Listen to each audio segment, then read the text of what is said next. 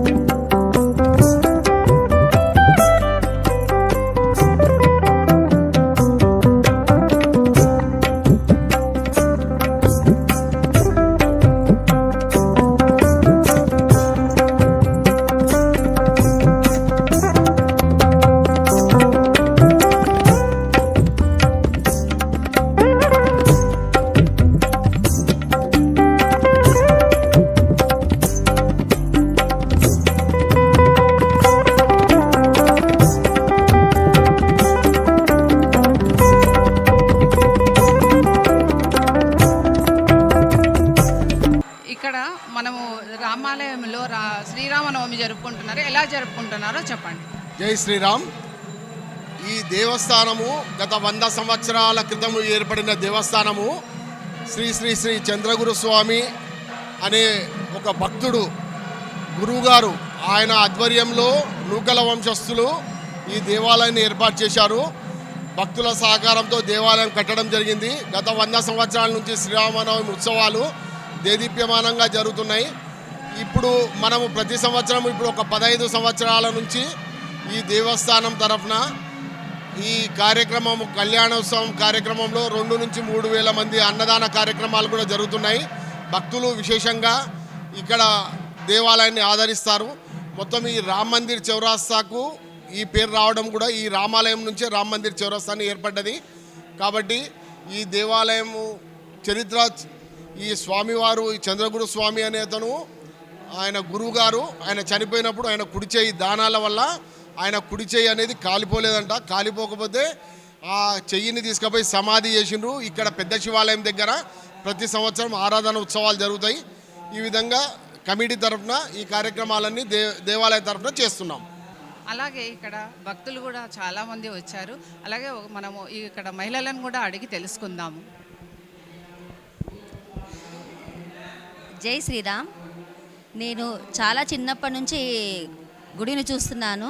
నిజంగా అంగరంగ వైభవంగా చేస్తారు సీతారాముల కళ్యాణం.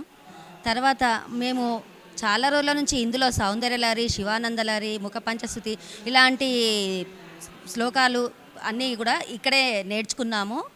తర్వాత మాకు నిజంగా అసలు ఇక్కడ ఈ రామాలయం ఉందంటే మా అదృష్టము.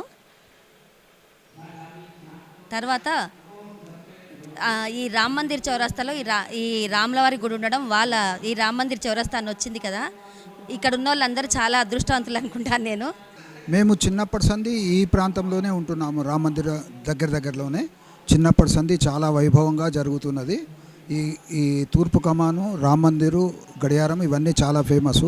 దాంట్లో రామ్ మందిర్ చౌరస్తా ఇక్కడ చాలా ఉత్సవాలు వైభవంగా జరుగుతున్నాయి. గోకులాష్టమి, రామనవమి చాలా వైభవంగా జరుగుతాయి. రామాలయంలోని అధ్యక్షులు మరియు కార్యవర్గ సభ్యులను అందరినీ శ్రీరామనవమి గురించి మనం అడిగి తెలుసుకుందాం. జై శ్రీరామ్. నా పేరు నూకల శంకర్. ఇక్కడ రామ మందిరంలో అధ్యక్షుల వారిని. నేను ఇక్కడ ఇతను కార్యదర్శి కలకొండ బాలకృష్ణ గారు. గత 120 సంవత్సరాల నుంచి ఇక్కడ రాములవారి కళ్యాణం జరుగుతుంది. మహబూబ్ నగర్ పట్టణంలో ప్రప్రథమంగా ఇక్కడనే ప్రారంభమైంది. తర్వాత ఓల్డ్ పాలమూరు అక్కడ రామాలయం దగ్గర, తర్వాత ఇక్కడ తూర్పు కమాన్ దగ్గర రామాలయంలో జరుగుతుంది. ఈ సమయంలో మాత్రము ప్రతి వీధి జరుగుతుంది. చాలా సంతోషకరమైన కార్యక్రమం.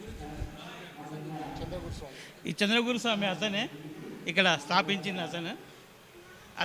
అతని పేరు మీద జరుగుతుంది.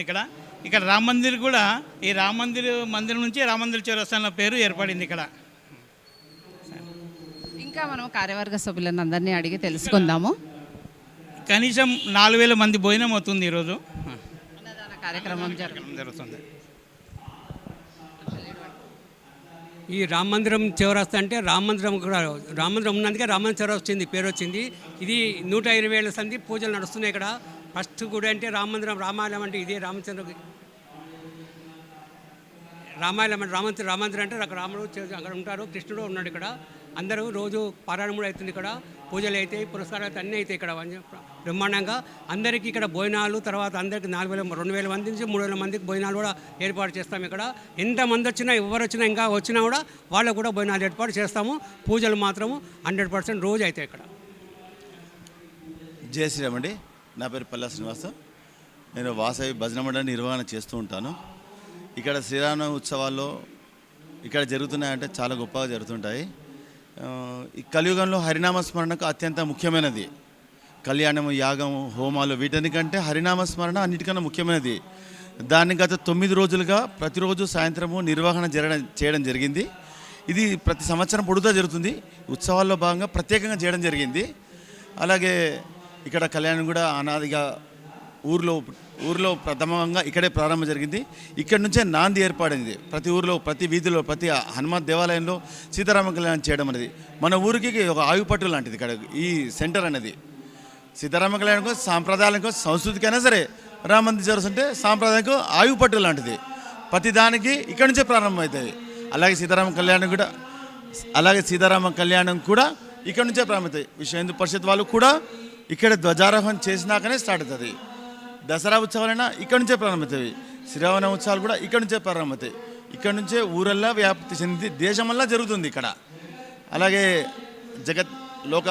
లోక నాయకుడు జగదభి రాముడు, ఆదర్శప్రాయుడు అనే శ్రీరామచంద్రుడు జయంతి సందర్భంగా ఇక్కడ మనం కళ్యాణం చేసుకుంటాము. కళ్యాణం అనేది కూడా ప్రతి ఏరియాలో జరగదు. కళ్యాణం అనేది దక్షిణ భారతంలో కళ్యాణం జరుగుతుంది. ఉత్తర భారతంలో రాములవారి నవమి అంటే జయంత్యుత్సవాలు జరుపుకుంటారు. అక్కడ రాములవారి బారసాల కార్యక్రమం మాత్రమే చేస్తారు. ఇక్కడ మనం కళ్యాణం చేస్తాం. కళ్యాణం అంటే శుభప్రదం అని తెలుసుకోవాలి మనం.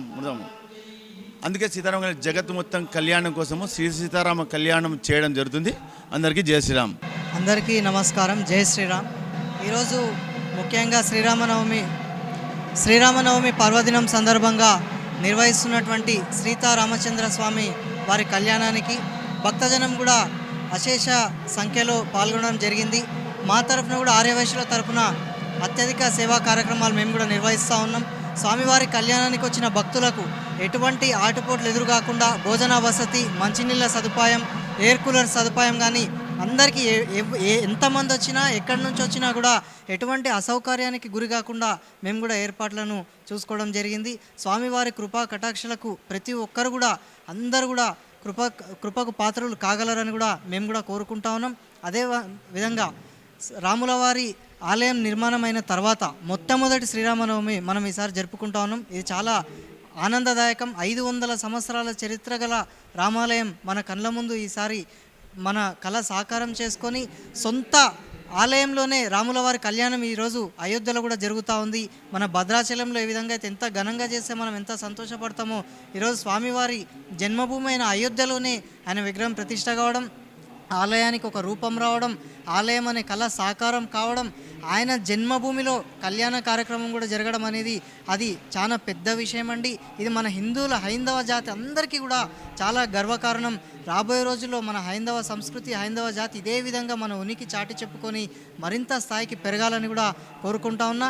ఈ శ్రీరామనవమి సందర్భంగా వచ్చే శ్రీరామనవమి నాటికి మన పాలమూరు కూడా అభివృద్ధిలో పురోగతి ఉండాలి.